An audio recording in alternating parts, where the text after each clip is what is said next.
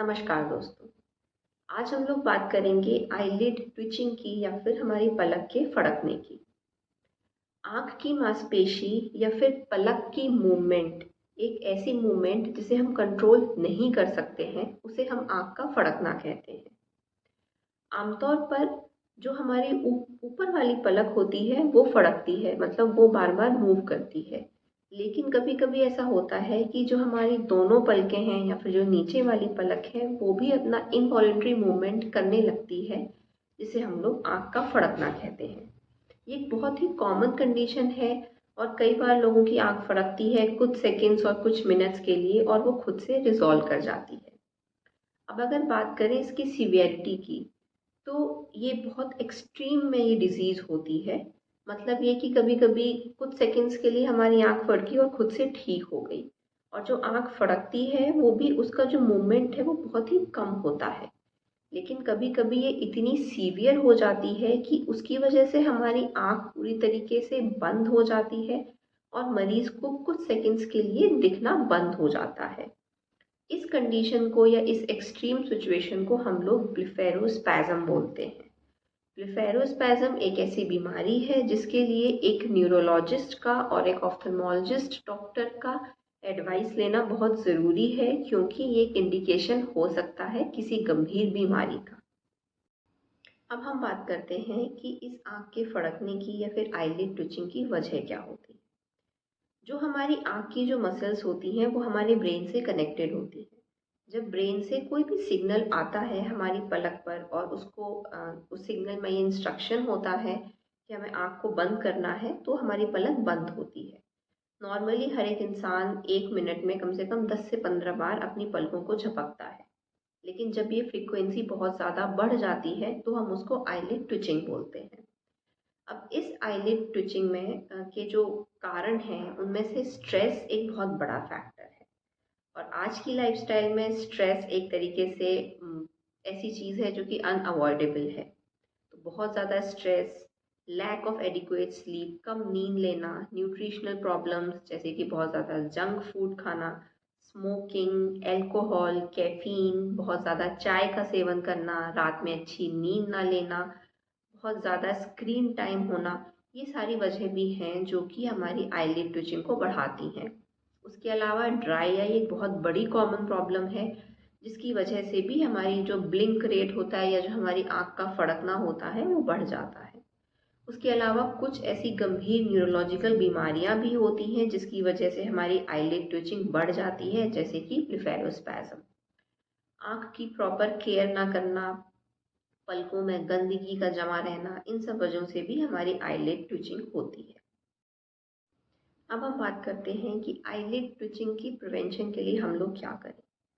तो जो सबसे इम्पॉर्टेंट चीज़ है जो हम कर सकते हैं वो है हमारी जो लाइफस्टाइल है उसको थोड़ा सा मॉडिफाई करना, उसको थोड़ा सा चेंज करना। स्ट्रेस का जो अमाउंट है अपनी लाइफ में उसको कम करने की कोशिश करिए। आप योगा कर सकते हैं, ब्रीदिंग एक्सरसाइज कर सकते हैं, कोई भी हॉबी डेवलप कर सकते हैं, कोई जानवर अपने घर में पाल सकते हैं। ये सारी चीज़ें जो हैं वो हमारी लाइफ में स्ट्रेस को कम करेंगी। दूसरी बात ये कि बहुत ज़्यादा रात में जगना अगर ज़रूरी ना हो तो अवॉइड करिए, क्योंकि कम नींद से भी हमारी बॉडी में ये ट्विचिंग जो है वो वर्सन होती है। कम से कम 6 से 8 घंटे की अच्छी नींद लीजिए। रात में कोशिश करिए, बहुत सारे लोग क्या करते हैं, लाइट बंद कर देंगे, उसके बाद मोबाइल में स्क्रॉल करते रहेंगे घंटों। वो चीज़ बिल्कुल अवॉइड करिए, क्योंकि वो हमारी आँख पर बुरा असर डालता है और हमारी आँख की ड्राइनेस को बढ़ाता है। उसके अलावा अपना स्क्रीन टाइम कम करिए, मोबाइल का यूज़ थोड़ा सा कम करिए, शिफ्ट करिए किसी और चीज़ की तरफ, कोई भी हॉबी, किताब पढ़ना जैसे कि बाहर टहलना।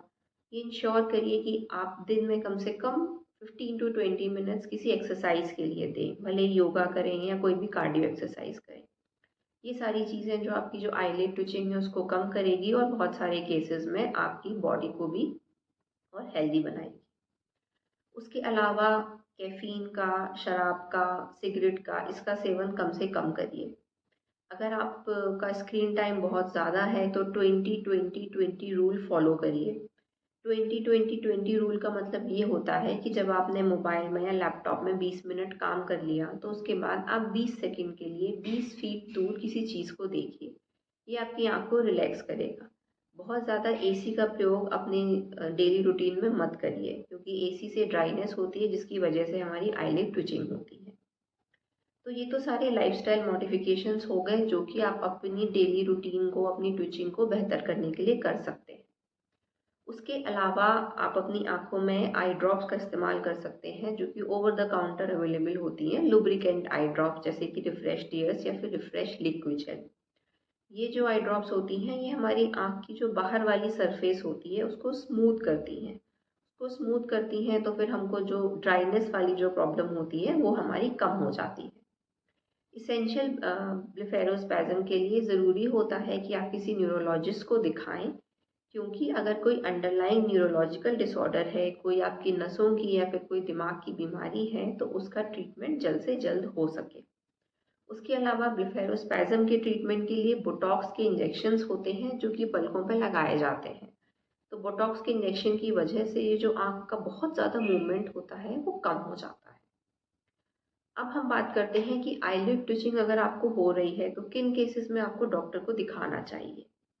एक बहुत इंपॉर्टेंट कंडीशन होती है कि अगर आपको इस आईलिड ट्विचिंग के साथ साथ अपने फेस की किसी मसल की भी ट्विचिंग हो रही है इस तरीके से, किसी कई सारे मरीजों को आपने देखा होगा कि इस तरीके से उनका चेहरा भी मूव करता है। तो अगर ऐसी कोई कंडीशन है या फिर अगर आपकी आँख में साथ में लाली है, बहुत ज़्यादा सूजन है, आँख बाहर की तरफ आ रही है, पलक गिर रही है, तो ये सारी बीमारियां एक इंडिकेशन होती हैं कि कोई न्यूरोलॉजिकल डिसऑर्डर है आपको। तो ऐसे में तुरंत अपनी किसी डॉक्टर की सलाह ज़रूर लें, ताकि जो भी बीमारी आपके अंदर में पल रही है उसका जल्दी से जल्दी डायग्नोज हो पाए, उसका इलाज हो पाए। तो उम्मीद है ये वीडियो आपको पसंद आया होगा। मिलते हैं अगले वीडियो में, तब तक के लिए जय हिंद।